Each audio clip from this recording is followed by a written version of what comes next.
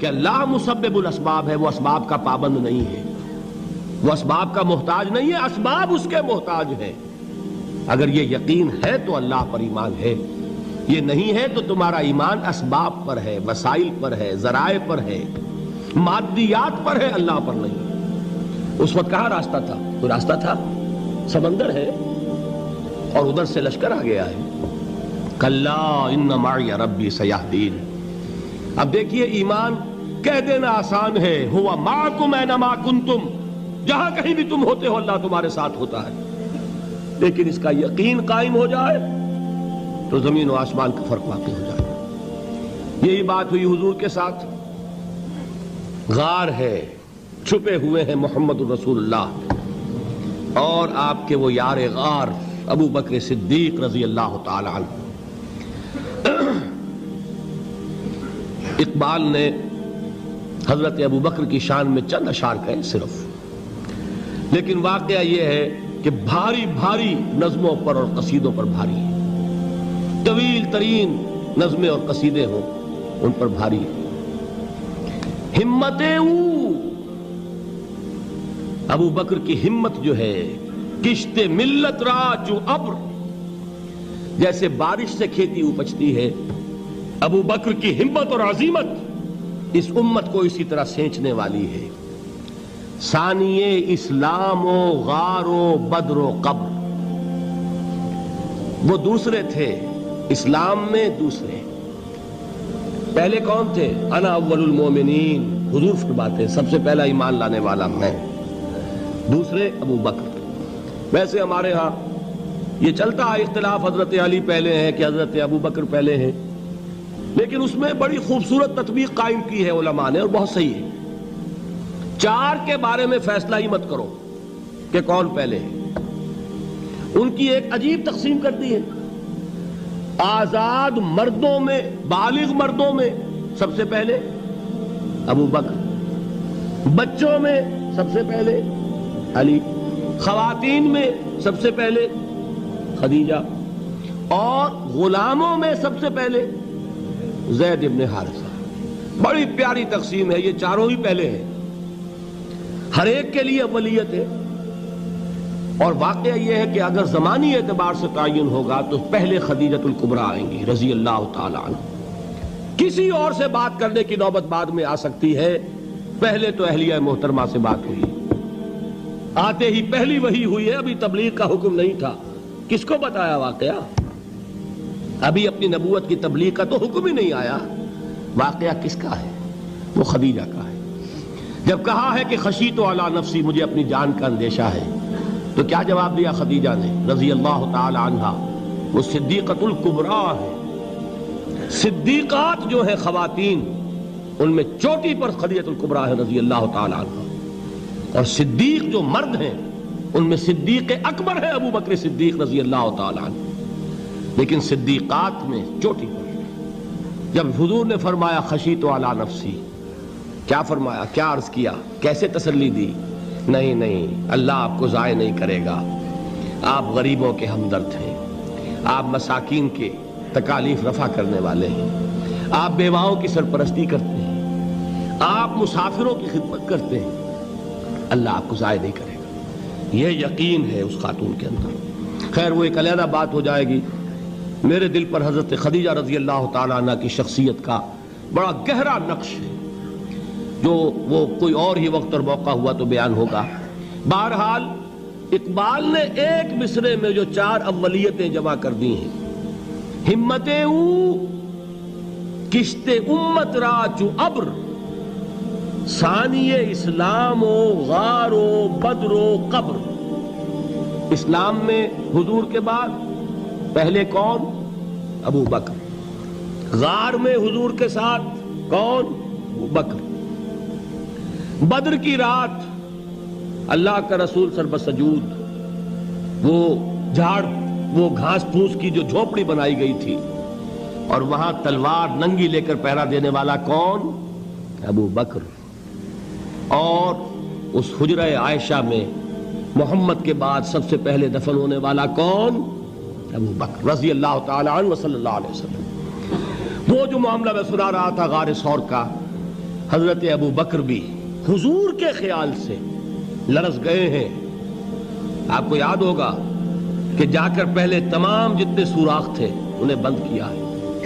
ایک سوراخ رہ گیا تھا جس کو بند کرنے کے لیے کوئی کپڑا نہیں تھا.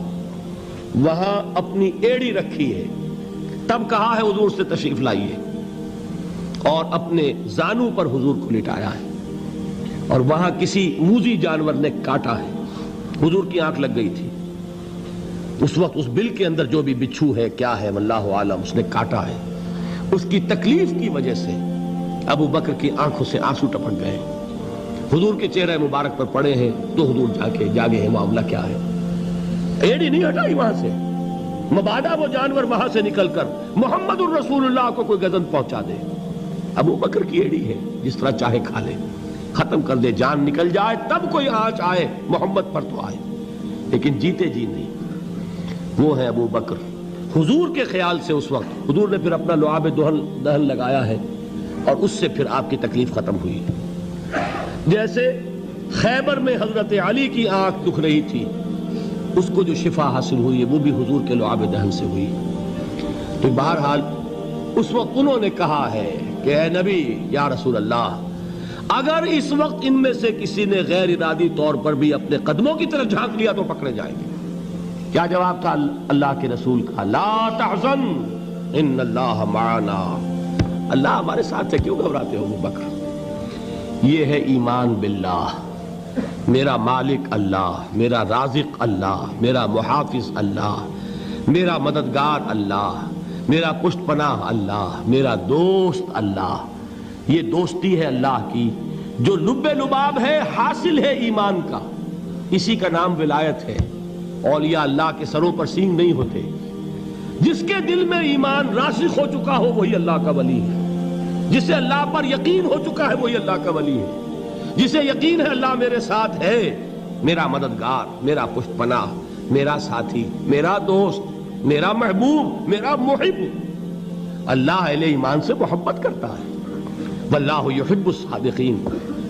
ان اللہ یحب الذین یقاتلون فی سبیلہ صفا کانہم بنیان مرصوص. اللہ محبت کرنے والا, اہل ایمان محبوب, اور اہل ایمان محبت کرنے والے اللہ محبوب. والذین آمنوا اشد حبا للہ.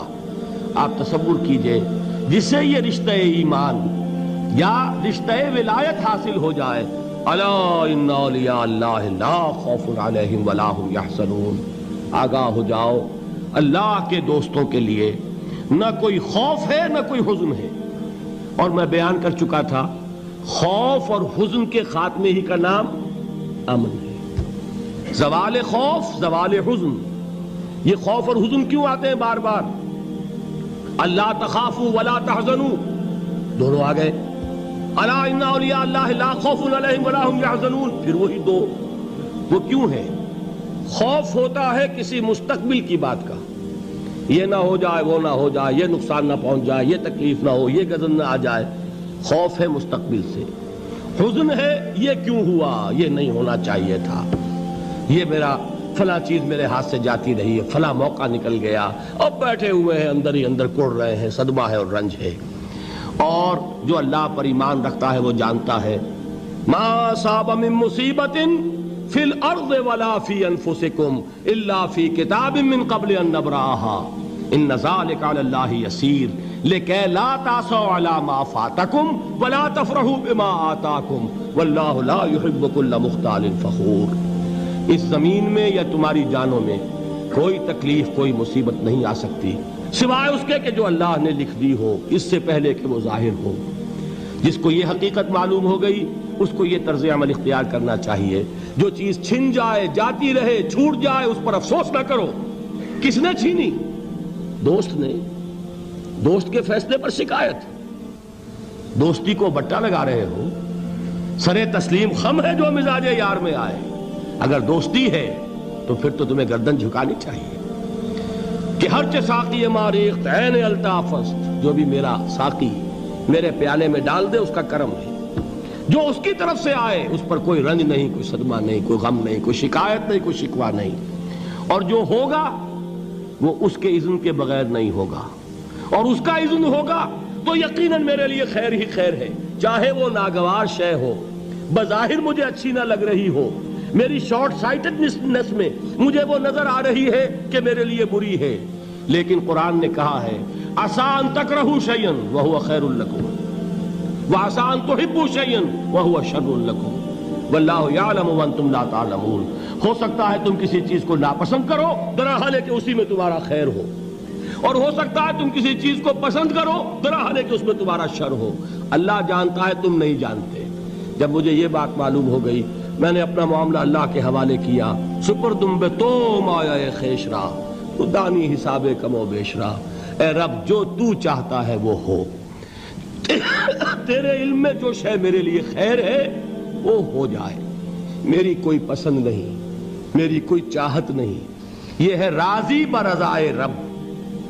اکبر الہ آبادی نے اسے کہا ہے رضائے حق پہ راضی رہ، یہ حرف آرزو کیسا، خدا خالق، خدا مالک، خدا کا حکم تو کیسا۔